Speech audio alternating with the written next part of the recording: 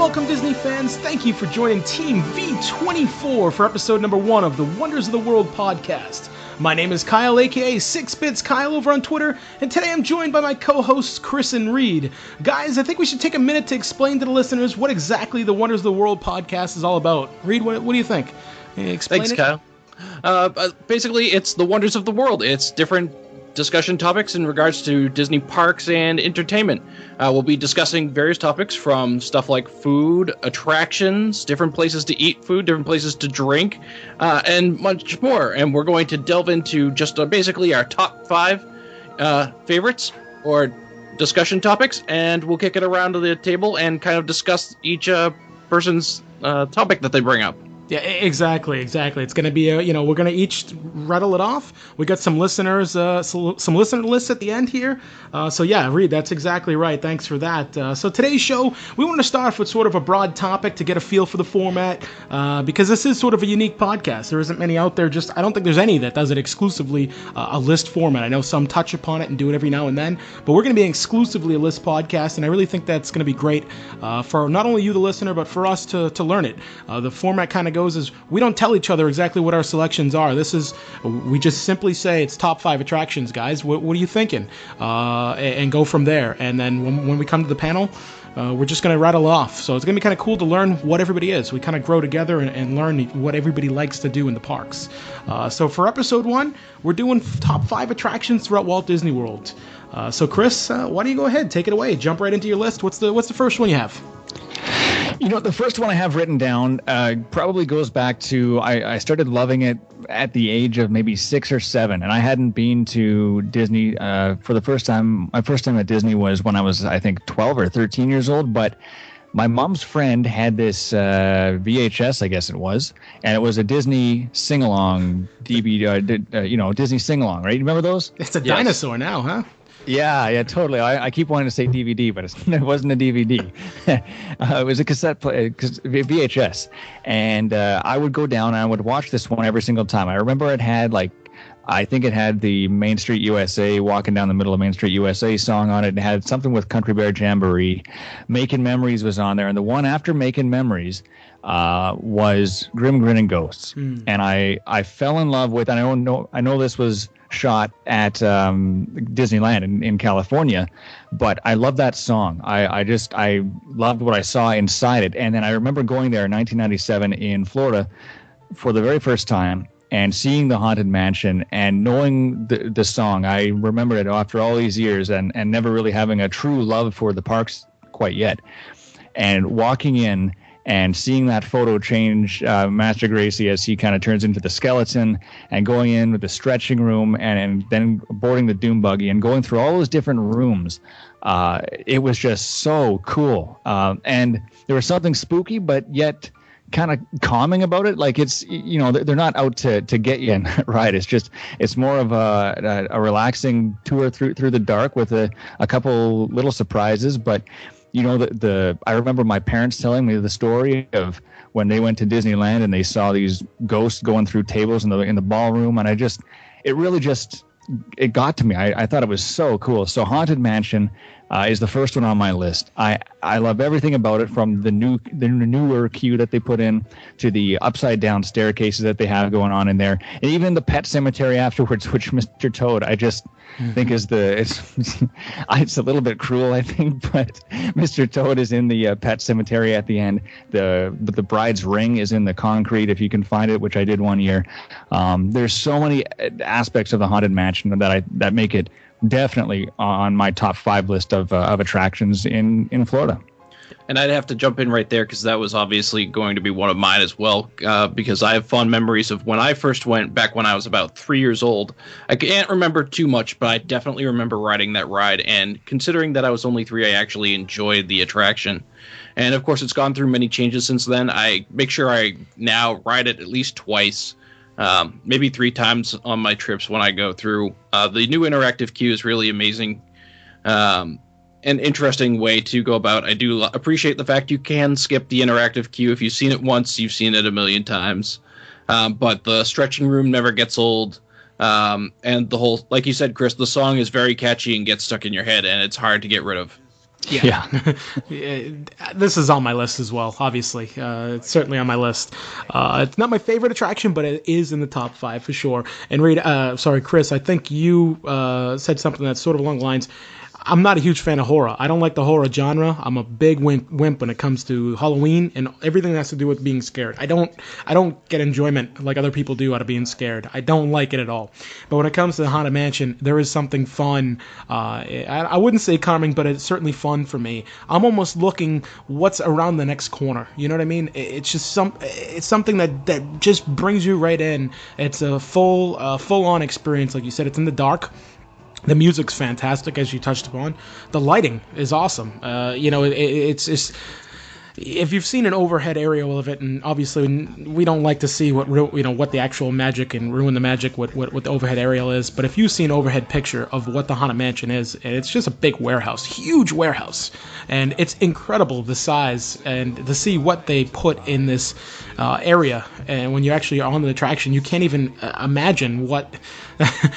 Where you're going. You have this illusion that you're actually in the mansion. It's just a fantastic Imagineering display. That is Imagineering at its best. So certainly that makes my top 5. Absolutely. Why don't I jump in? I'll go to my next one here, and we'll go back through the panel here afterwards. But I'm going to jump in with mine. Another dark ride, actually, interior ride, Spaceship Earth. It's such a unique attraction, very similar in the fact of like a Haunted Mansion.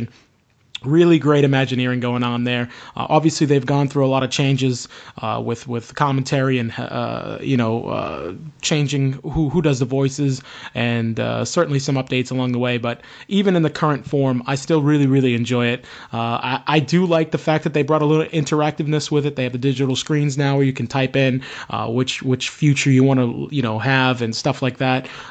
Going green, etc. Living in the city versus the suburbs. So I do like that. But the fact that what is going on when you take a step outside and take a look at where that attraction is, just the fact that the whole package is just incredible to me. So for that, Spaceship Earth is definitely a must ride for me, and one that I think is sort of underrated. There are lines in the morning because it's the first attraction. People jump right on it, so I don't recommend going on it right in the morning. But if you go midday, even at some of the peak times, it's not going to be a super long wait. One, because it's a constant moving loading queue. But two, people sort of skip it. I enjoy it. It's relaxing, gets you out of the sun, but it's still an impressive attraction from an Imagineering perspective. Definitely, I have to agree. Again, it's not one of my top 5, but I definitely love riding it. It's definitely one of those attractions I'm not like into skipping. I definitely have to ride it, and sometimes it depends on my mood, but sometimes that little shot at the very end where you're coming up and you just see the giant moon as the attraction's ending, get a little bit emotional about that. Just kind of, you get just like overwhelmed with emotion as to like how small you are in the universe sometimes. Mm-hmm. It just all comes down on you right there. And it's also just a very calming, relaxing ride, with the exception of the Rome being burned section. You love that smell, huh? Oh, yeah. So Reed, jump in. What's next on your list? Unless, Chris, I'm sorry, do you have anything to say there? Is that on your list, or? You know what? It wasn't on my list, but it's a must do every single time I walk in the park. At least a couple times, like you said, the air conditioning break. It's usually quick to get on, and it's a fun ride.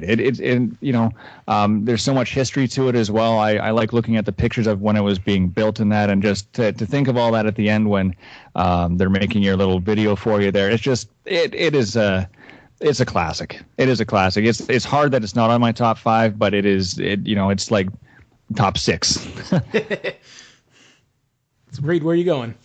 Well, I'm going over to the Animal Kingdom, and I'm going over with Dinosaur, which when I first rode the attraction back in 2008, I hadn't even seen the film, and I wasn't even sure what to expect. I was just pretty much there for the first time in decades, riding every ride I could, and Dinosaur just blew me away with how good the animatronics were, how good the interaction was. I mean, it's the one attraction where I was like, yes, I am buying that souvenir photo because I definitely need that in my living room. I just think that it's absolutely amazing what they do with that. It's sad now that some of the parts of the attraction have been broken down for the fact that it's an old one they may not be paying attention to much anymore. But I mean, my last trip back in 2012, I rode that twice in a row to make sure I got to ride it twice. I love the fact that the buggy is very interactive, similar to the Indiana Jones ride out in Disneyland. And of course, it's the attraction itself is far better than the movie now that I have seen it.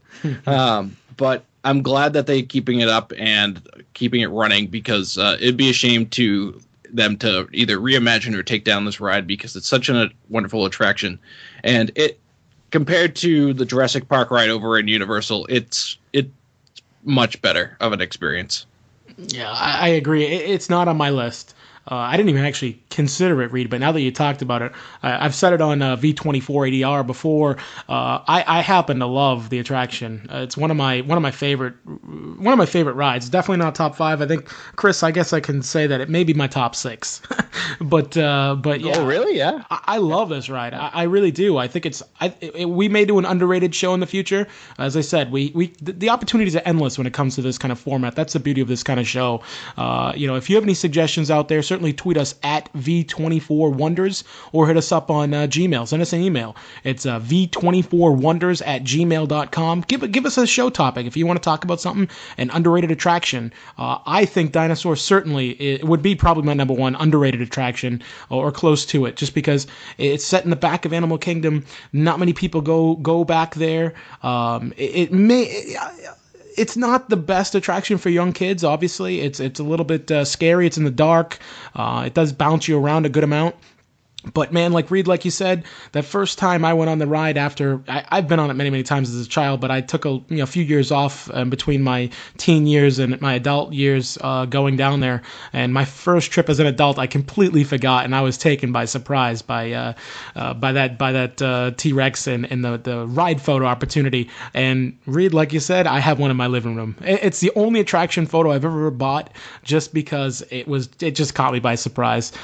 So absolutely, I think it fits my underrated category. We may talk about that in the future, but it didn't make my list this time. But awesome pick.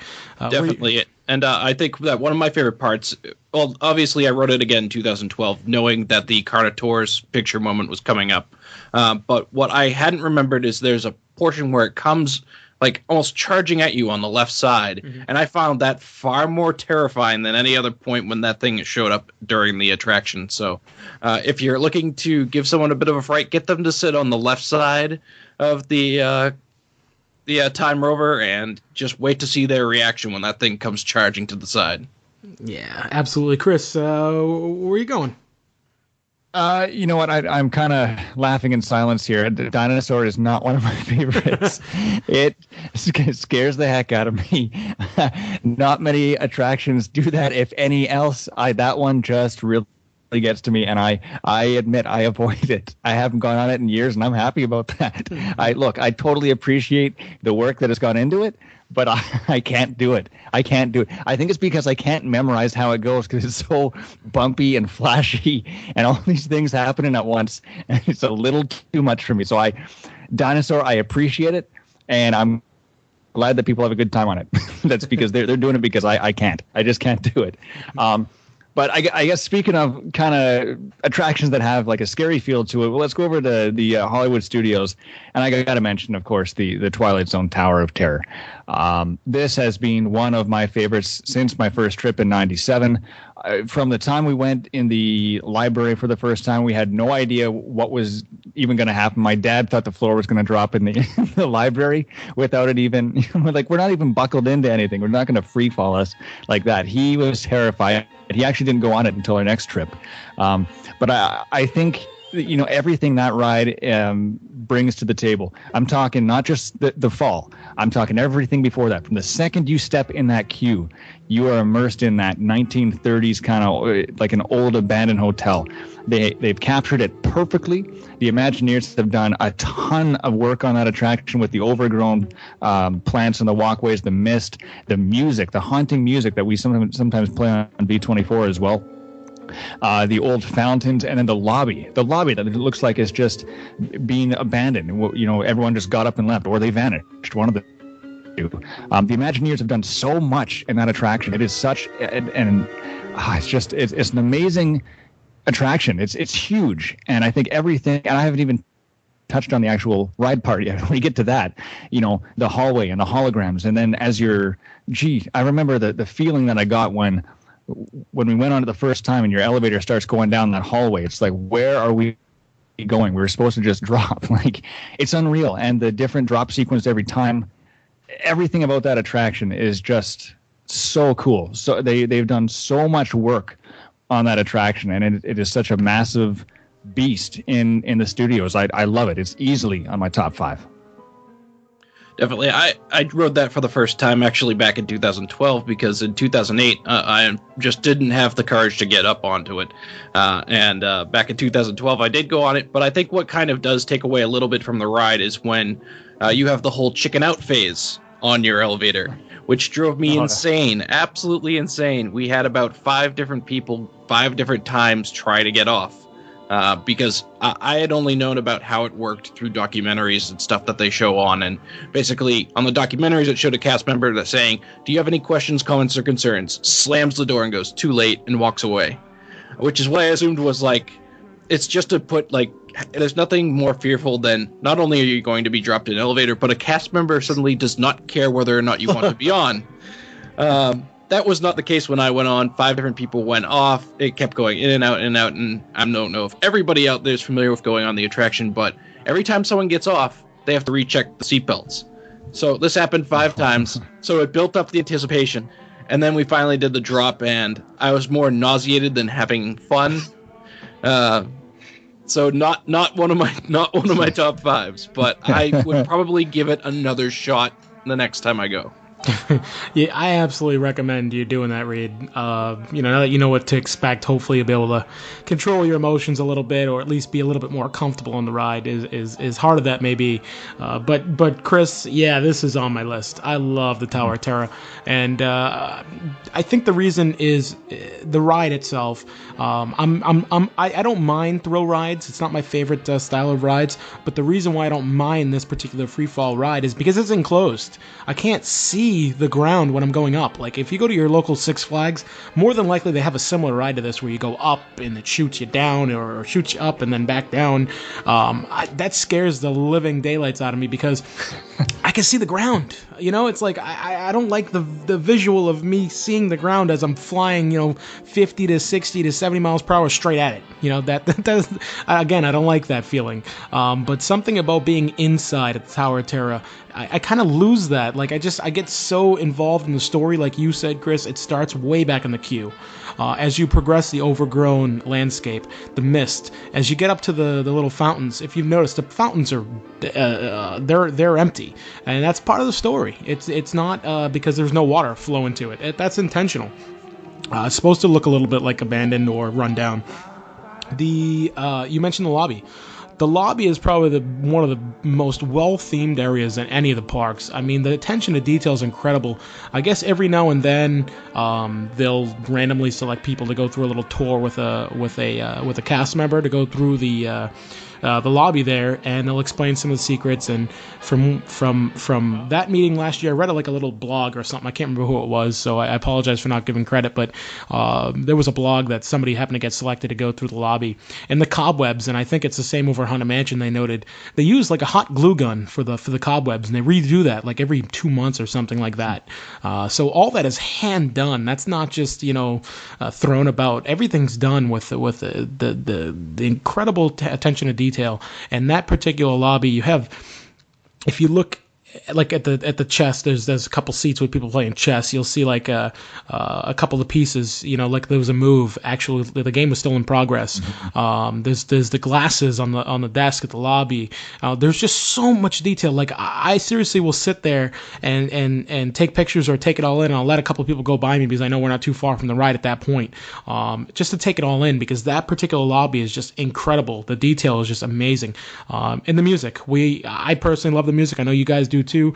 Chris has a huge passion for music and broadcasting in general, but the music here at Tower of Terror, like Chris just mentioned, is just incredible. It sets the mood. Even if you're the thrill seeker of the nation, for that matter, that music is really gonna take it to another level, just like the Haunted Mansion. It's not a scary ride, but that music gives you that little bit of extra emotion connection to it. So Tower of Terror is the whole package for me. It's definitely my top 5. Absolutely, Chris. I couldn't agree more. So I think we all went through our second one. So moving on to number 3. Chris, why don't you start off? Sure. Well, you know what? I'll take us back to Magic Kingdom, and I'm a bit of a thrill seeker, so I'm going to say Space Mountain.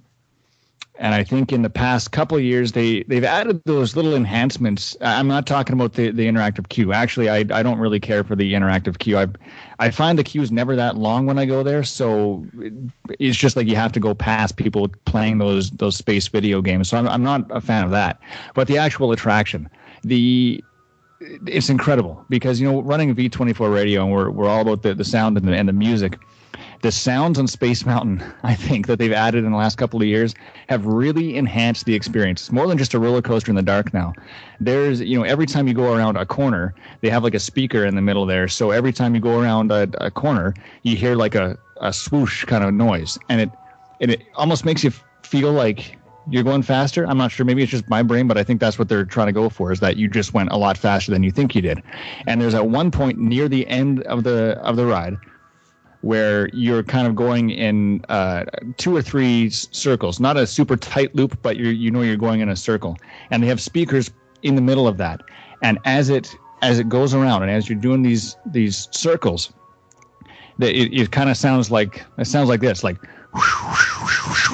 and it sounds like you're going faster and faster. And I think because you're in the dark, because you're spinning, because you have this sound effect that sounds like you're going faster, it makes you feel like you're going 110 miles an hour when you're really not going all that fast at all. You're going quick, but not as quick as your brain is making you think. So I think they've done a lot of work on that attraction to really make it seem like you're actually in space and just going 125 miles an hour. And I love that. I love that rush. And I love it. It's one of my, I do it many, many, many times on the trip. Sometimes it's the last attraction I do. I love it so much. Yeah. It's not, I'm sorry, Reed, go ahead. Oh, sorry, Carl. I didn't mean to interrupt you, but I was just going to say it's definitely one of my favorites. Still not in my top 5. I do absolutely love the queue music that we obviously play here on the station. But it is, again, a ride I must do at least twice. It was the first time of me going on since the remodel had been done, because I went back in 2008. I rode it once, and they did the remodel in between. So fortunately enough to do both of the separate queue lines and experiencing it. And it is funny because you do have a completely different experience in both times. There's different twists, different turns. It was just really interesting to see that like you said, Chris, that they put so much of a sensory overload into you that you don't realize you're really going, like, I believe it's like maybe 15, 20 miles per hour tops. Yeah, Reed, me too. It's not in my top 5, but I do really enjoy the attraction.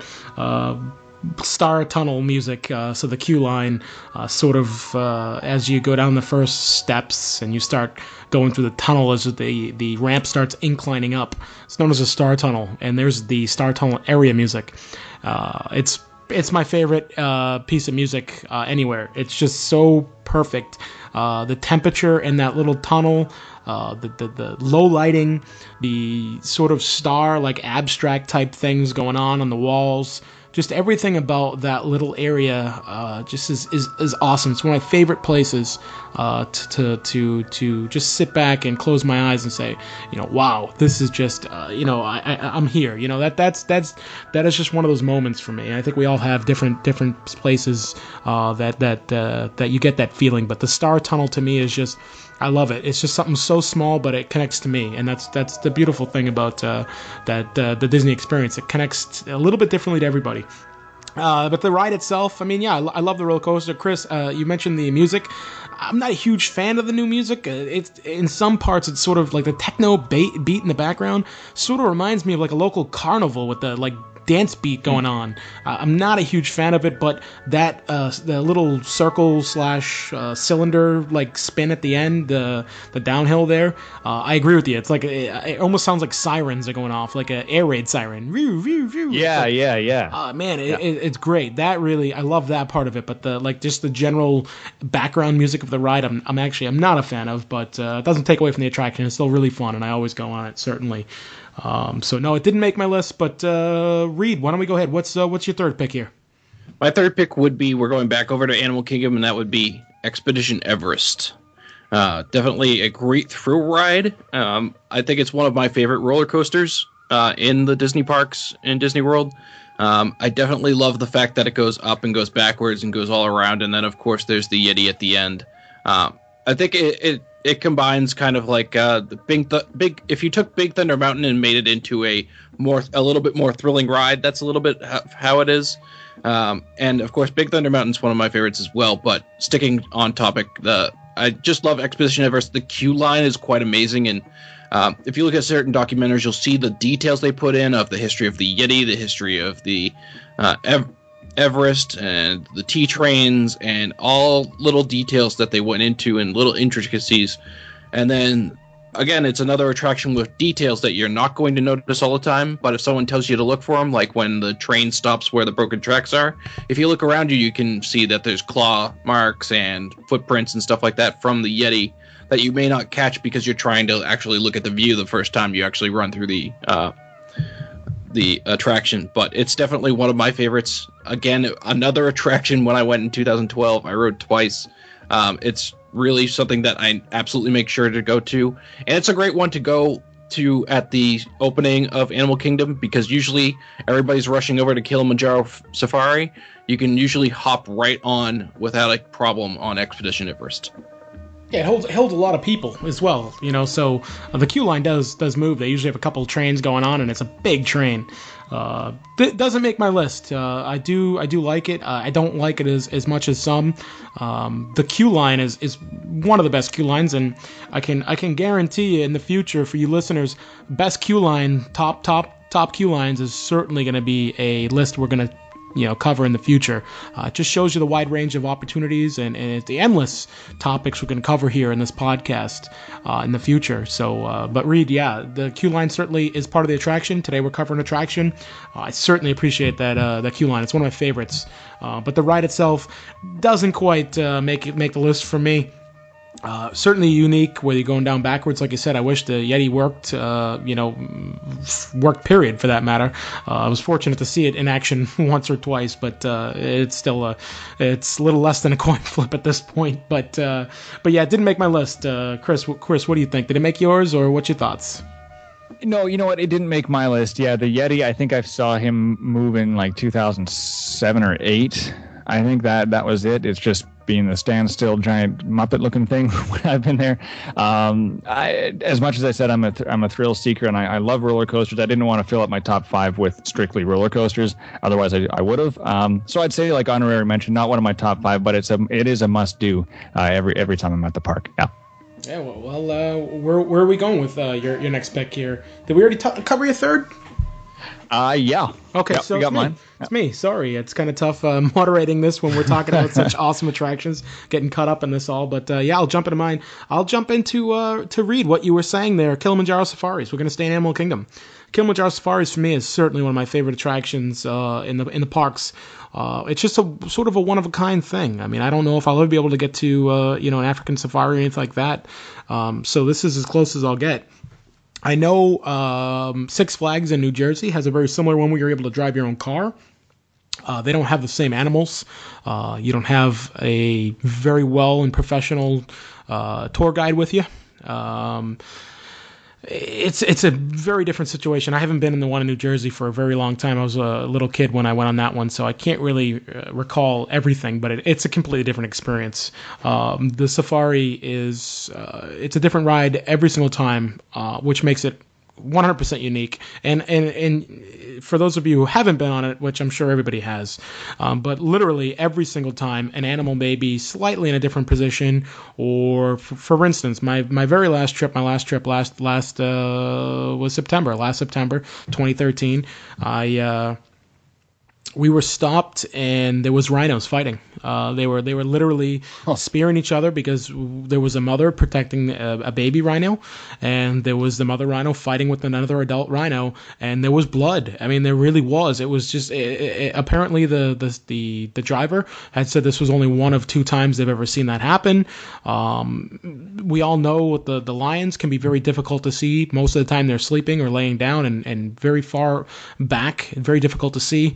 Other times the lions are up. I just saw a picture the other day, this week, tweeted where there was the lions were like cleaning each other, licking each other, and right up on the rock. So these are the reasons why Kilimanjaro Safaris makes my list, because it's a unique attraction. Not only is it a unique attraction, it's just something I can't do anywhere in a day-to-day life. You know, I really would have to take a very expensive trip to an exotic part of the world that is just out of my budget at this point.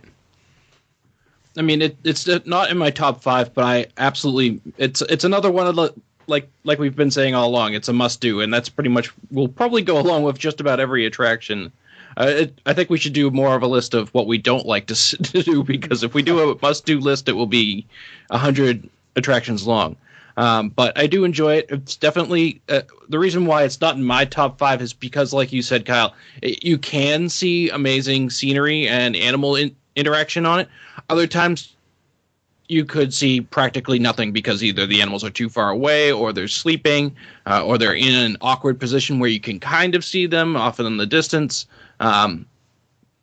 Twice that I've been on, the best interaction I've had is a giraffe being within arm's reach of the truck.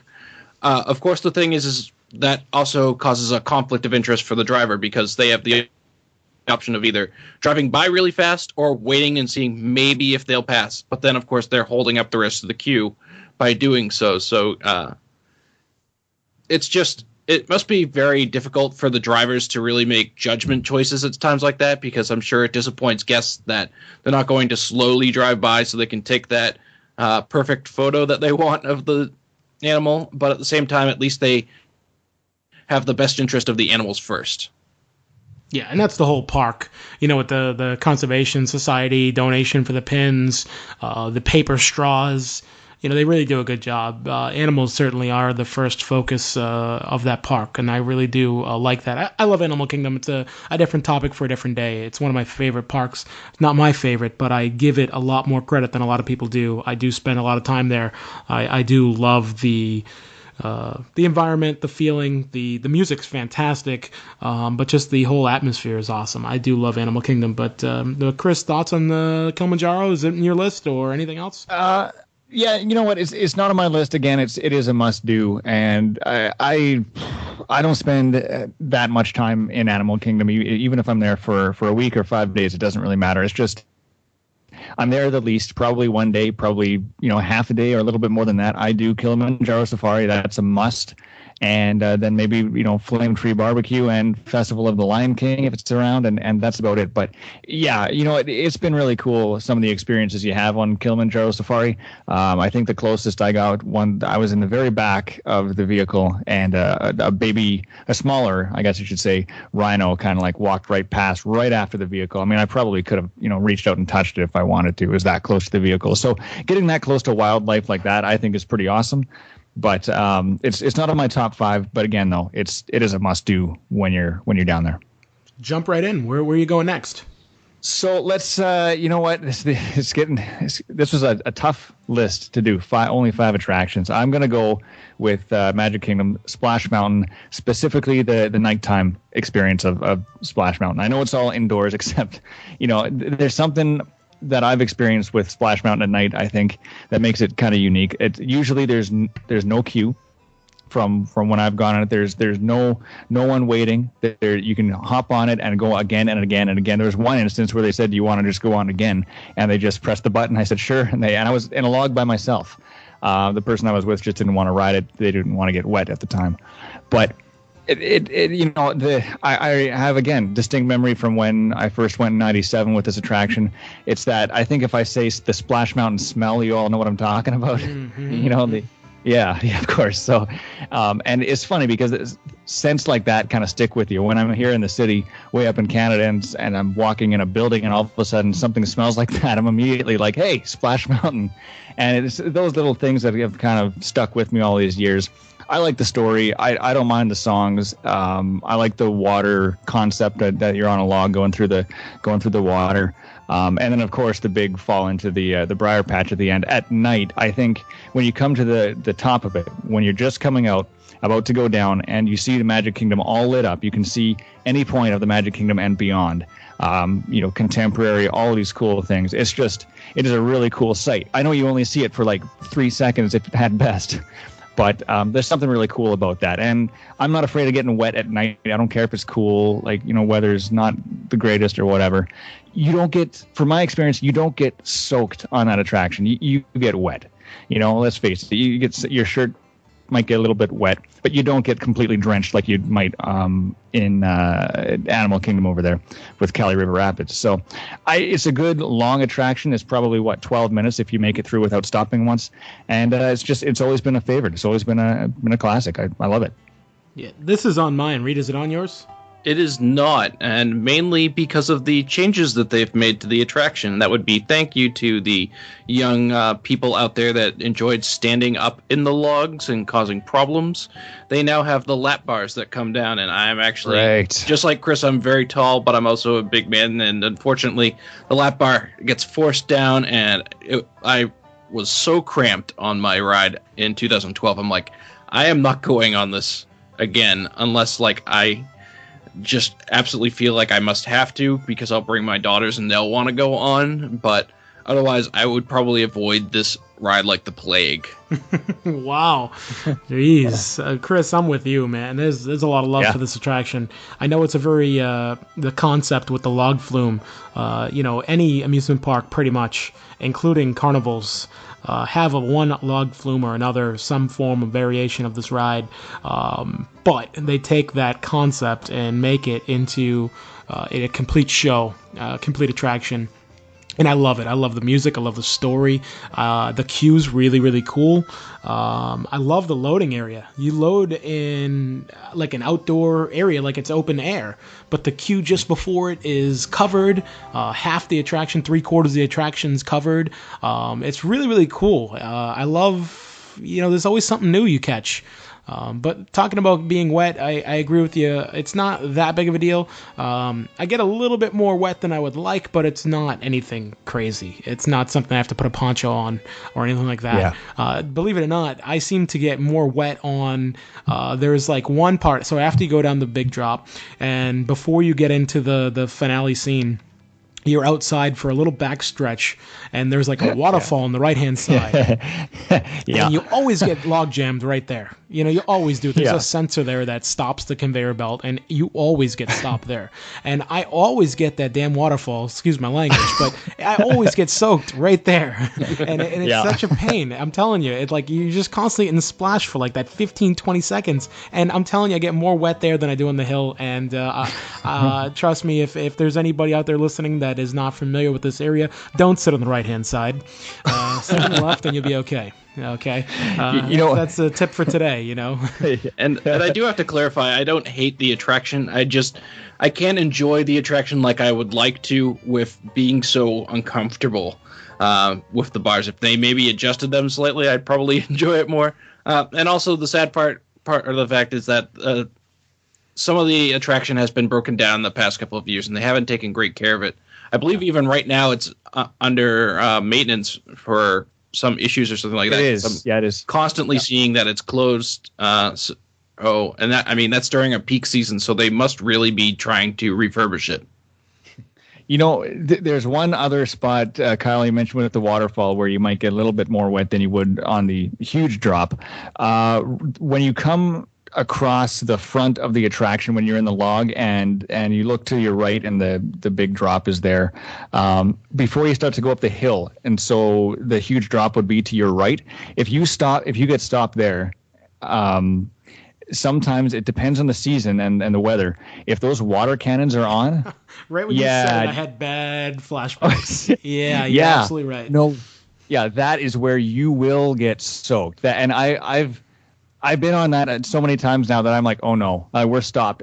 And it's not even like right at the base of the hill that you're about to go up. It's it's about 5 feet before that. So I've collectively just shouted out in the log. I don't know the other people, maybe just one or two, and I'm like, okay, everyone, push forward, push your bodies forward so we can avoid this. You're looking up at the thorns. You're looking up at the thorns, and you see oh man, yeah. Wow. Thanks for reminding me of that. I'm telling you, yeah, those two things scare me more than the drop. Yeah, that is bad, but whatever. You can get over it. It's still a fun attraction. Yeah, for sure. So like I said, Reed, that's certainly in mine, and believe it or not, we've covered all of mine. So I'm going to let you guys talk a little bit. Reed, where are you going now? I'm actually going at some place that you guys and our listeners might not be expecting, because it was an unexpected attraction for me to get on back when I went in 2012. Back then, New Fantasyland was still under development, and my family and I were kind of just hanging out at the spot. We noticed the door open, and a cast member was just kind of talking to people and clicking off numbers. So I asked what they were doing. She's like, "Oh, we're testing one of the new attractions to our New Fantasyland. Would you like to go?" Of course I would. Waited in line for 2 hours. Weren't told anything what we're waiting for. Go into this little queue line area. There's not much of a queue. We get cramped into this little house, and then we, in small groups, get brought into this other room where this giant mirror is. Again, we've been given hints that it's a Beauty and the Beast theme because we've seen pictures of Belle and her family up on the wall and stuff like that, but I really have no recollection as to what's going to go on.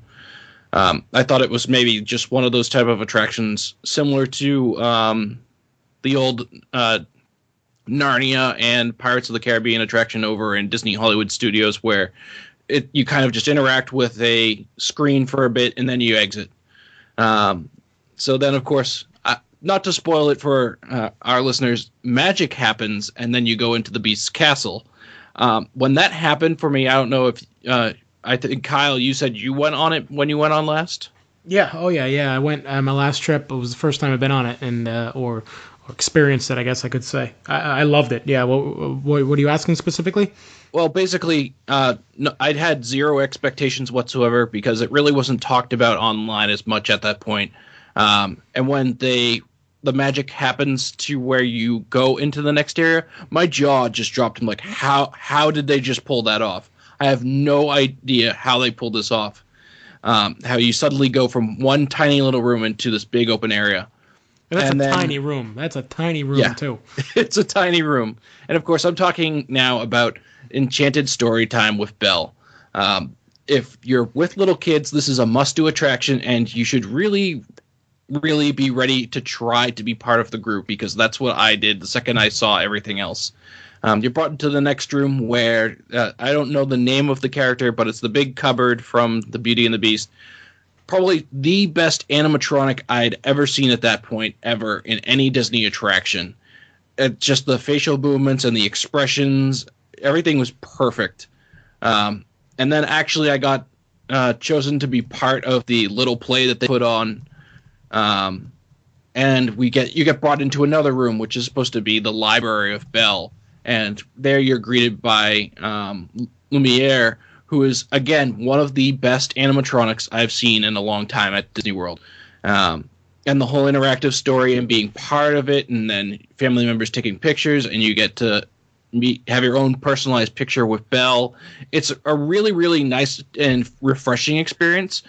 It's attraction that takes a little bit of time to get into and then to get through, but it's really well worth the wait. It's almost equal to, say, sitting on line to meet and interact with a character, but you're going through an actual attraction with a story to it. Yeah, I'm glad you brought this up, Reed. I don't know if it would have cracked my top 5, but it's certainly up there. I love this, and I don't have any kids, and I went, my wife and I, and we Fast Pass Plus it, because obviously the wait times for this can be very, very long. I don't know how many shows or rooms they have. I think it's only one. I don't know. I haven't followed up because I did Fast Pass Plus it and was lucky not to wait very long. But Reed, man, this is an awesome attraction. I highly recommend everybody experience it at least once. Everybody can partake. You don't have to worry about not being included or not being selected. They have a role for everybody, even if it's a small minor role. I was selected for, I think, a night. So I was able to walk Belle into the room at one point. So yeah, it was fun. It was really fun. I have to say, it exceeded my expectations by a long shot. The interaction with the cast members and the audience is unlike anything else in the parks. Great addition to the park, and I hope to see more attractions like this in the future. This is unique, and that's what I look for. Rides are all fun and etc. But when you can interact and be a part of the show as a guest, that's special, and that's why I really like this. So Reed, I'm so glad you brought that up, because it didn't cross my mind at the time, but now that you brought it up, certainly it's definitely one of my favorites. And I think the part that made it so special for me was like when the thing opened up for everybody to continue into Beast Castle. There was literally almost like the exact same emotion throughout the whole entire room. Is like you could hear everybody's like jaw dropping and being completely amazed that just happened. I mean, if you really want to spoil yourself, go online and you can see people recording it. Now there's not too much spoilage as far as people, but if you have little kids and you take them for the first time, don't fill them in. Let them be surprised, and you'll definitely see their eyes just like pop out of their skulls. It's that amazing. For sure. Chris, I don't think you've had a chance to experience this. Do you want to just move on right to your next one? Yeah, you know what? That is completely all new to me. New Fantasyland wasn't really much when I was there last in 2012. But we're going to make it happen this year, Chris. We're making it happen this year. You're going to find a way to get down there. I'm hoping, man. I'm hoping. We are. We're doing the Disneyland thing sometime soon, and then and I'm like, yeah, and then the fall trip into Florida, and she kind of looks at me like, yeah, okay, but I'm like, no, yeah, okay, we're gonna do it. We'll make it happen. Yeah, exactly. Yeah, but you know what? I've never really heard much about this attraction before because I've never really experienced it, and I haven't watched it online, and I don't think I am. I'm gonna save it, but now I'm really excited for it. But I'm gonna bring it back and kind of go nostalgic here, sticking in the Magic Kingdom, going over to Adventureland. I'm not talking the Tiki Room. I'm talking Pirates of the Caribbean. Love it. Classic attraction. You know, I was worried when they were gonna add Jack Sparrow and all these new enhancements to it. I thought, it's such a classic. Like, as cheesy as it might be, in the scene where they're getting robbed in the fire and flames, and you just see these two animatronics that are clearly just on a wheel going around and around. I think that's part of the fun. And as someone with they got a broom moving just in a circle. It's clearly just on a rotating circular bar or whatever. I just think there's something really nostalgic, really cool about that. I think the way they put Jack Sparrow and the new Pirates of the Caribbean movies into it was very tactful and tasteful. They didn't at all take away from any of the nostalgic part of it, being one of the oldest attractions in Magic Kingdom. The music, of course, is great. I like that they also put in some of the movie music as well. Again, they didn't ruin anything by doing that. The Jack Sparrow animatronics are by far the most advanced in that attraction, I guess, because they're the most new animatronics in there, and he looks great. I think he's in there like 3 times. And it's a nice long attraction as well. You know, it's air conditioned. It's a nice little break, and the seasons that I've been there, and I've been through a few seasons, the queue moves quick. If there's even time to wait in line, it's usually you just walk right on, or it's a 5-minute wait, and it's just, yeah, I think hopefully I've encapsulated the entire attraction now. It is one of the greatest attractions there. It's easily on my top 5. Yeah, I do enjoy it. I really do, and I probably have the most childhood memories from this attraction. Fortunate to go a lot when I was a kid, and one of my favorite, much like Tower of Terror's lobby, one of my favorite areas in any attraction is the battleship battle there with the cannonballs going off. That huge room when you enter, with that breeze that takes you away right when you first enter, and the cannonballs are going off and the splashes are happening. happening, and you don't really know where they're going to happen. If you're sitting right on the edge, more than likely one of them's going to go right off right in front of you and make you jump a little bit. That room there, it makes it, talk about perspective. Disney does awesome stuff, especially over Haunted Mansion, where perspectives, we didn't really touch upon it, but force perspective and etc. That room just makes it look like you're out in the middle of the seas somewhere in the Atlantic, who knows where. It just looks like you're literally out in the middle of the ocean, in the middle of a fight, a battleship fight. So that particular room is something that I love. When I get in that room, I just stop and take a look around. It's just one of those moments for me. Definitely, it's another classic that I have to ride every time I go, because it how could you possibly miss it? And I definitely agree, Chris, that the updates have not ruined the ride whatsoever. Even when they added the mermaids and stuff, people were like, "Oh God, this is going to ruin the ride." Finally, they're going to ruin the ride. But no, it's just a little bit of Disney magic thrown in at the very beginning. It's more of like you kind of need to notice it and know where it is to really see it, anyways. So, but I'm hopefully not going to be one of the only people that gets this type of feeling, but the smell of the attraction is what I tend to remember most. And that's in a good way. It's a very nostalgic aroma that comes in, and when you smell it, you're like, oh yeah, this is Pirates of the Caribbean. For sure. So, Reed, do you got anything left on your list? I just have one that is, again, going back to Animal Kingdom, and that would be Kilimanjaro Safaris. No, excuse me, not Kilimanjaro Safaris. Wow. I was going to say, yeah, we already went racking my brain, right? I know, racking my brain. That would be Cali River Rapids. That's what I'm trying to say. It's a great water ride. You can get very soaked on that, but I don't ever seem to mind. It's a great attraction. It doesn't have the interactiveness that you would expect on other ones, but there's atmosphere. It's a little bit educational. But overall, I just like the feel of the ride itself. It's something unique and different to Disney. Interesting that they made the list. I mean, I'll be honest, I don't think I've been on that ride in 6 years. I skip it just because of the extreme water aspect of it. We're talking about, soaking to the bones. It's not something that I wanna do and get my shorts soaking wet and walk around. I guess you could bring a change of clothes, but yeah, I mean, if you're looking to that and you're in the middle of the summertime, I'm sure I'll go on it. I mean, I do go in the fall time, but queue lines are a little bit smaller, so I never have to really worry about waiting in lines or anything like that. So I do skip over that because I don't want to waste any time. Park hours are a little bit less, so changing or going back to the resort is not an option. But yeah, I skip that. I'll be honest with you. That's definitely far down on my list. But that's why Disney's great. Everybody has a little bit of a different connection to it. So Chris, your thoughts on Cali River Rapids? Wait, I'm like you, Kyle. I haven't been on that attraction in years, and it goes like this. I have a simple rule that says if it soaks more than your t-shirt and your shorts, it ain't gonna be comfortable. And that ride certainly does that. And of course, I can't walk around soaked to the bone like that. I mean, it's unreal because they have people just go off in hordes off that attraction into the washrooms that are right there, into the bathrooms, and they're using the dry hand dryers on their shirts, on their pants, on their shoes, on everything. It's a little bit too much water for me. Hey, I love the water parks and that. I like that, but there's something about just walking around the theme park absolutely drenched like a sewer rat. I can't do it.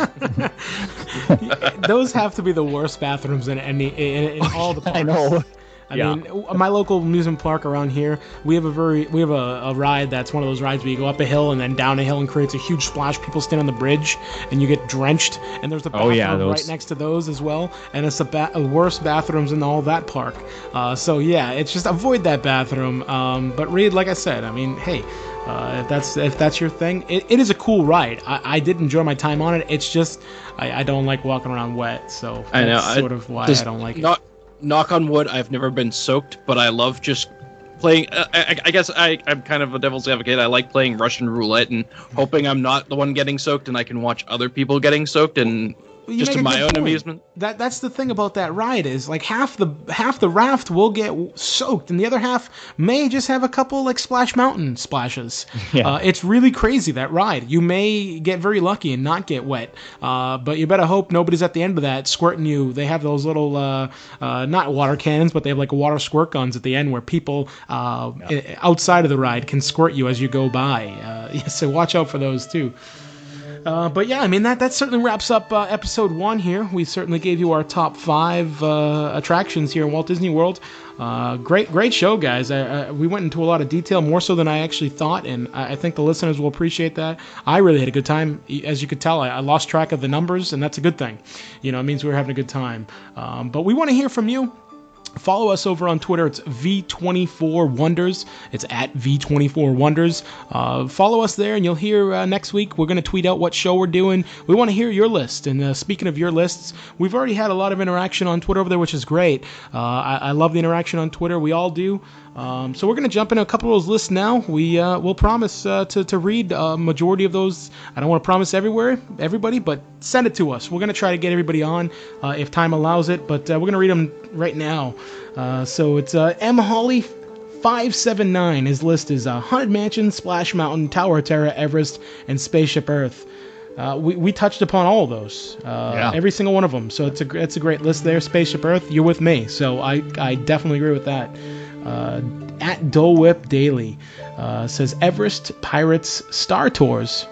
I'm gonna butcher this name here, even though I've watched it many times. It's the Burradika Band over in Animal Kingdom, right in front of one of my favorite spots, the Dwalaba. So awesome. I definitely love that. It's a great, unique selection, and to round that one out there for the Dole Whip Daily is the Haunted Mansion. Another one of my favorites. We all had that, I think. Next, moving on to the Diz Dream Girls. That's one of V24's newly announced podcasts. Make sure you check them out, the Diz Dream Girls. They like Tower Terror, Test Track, Toy Story Midway Mania, It's a Small World, and Peter Pan's Flight.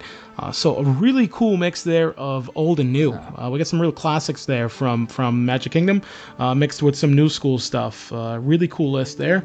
And the last one here on Twitter was life_of_green. Everest, Rock and Roller Coaster, Tower of Terror, Soarin', and Big Thunder. It's funny, Soarin' didn't make the list for any of us, but I can completely understand why it made the list.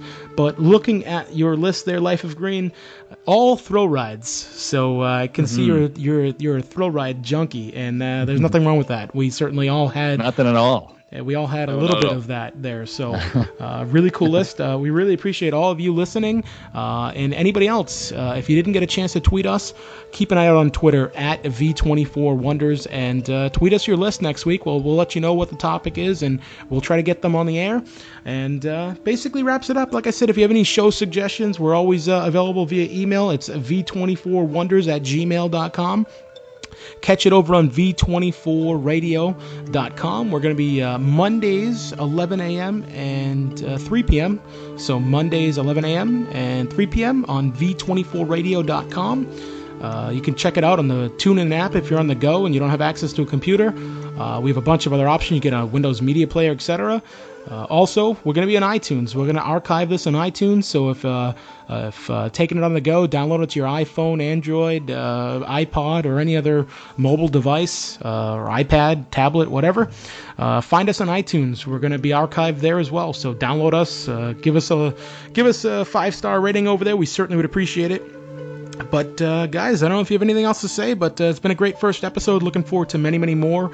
And like I said, we're always looking for suggestions. Any last words?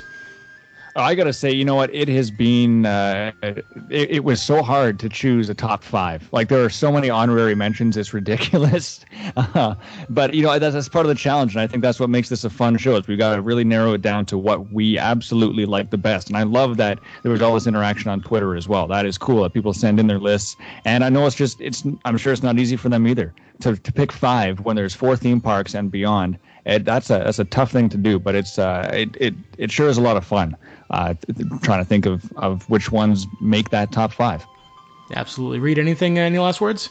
No, but our listeners should look forward to our future episodes down the line. I mean, if you think it was hard picking attractions, wait until we get to places to eat, things to drink. different sites to see, places to take photos. It's going to get hard, but we're going to tackle all of our options. And of course, as Kyle's mentioned, we want to hear your options. So reach out to us via email and via Twitter. Yeah, absolutely. Thanks, guys, for that. It's been a great time, and this has been a proud production of V24 Radio. And for Reed, Chris, and myself, my name is Kyle, and keep it tuned in here at V24Radio.com.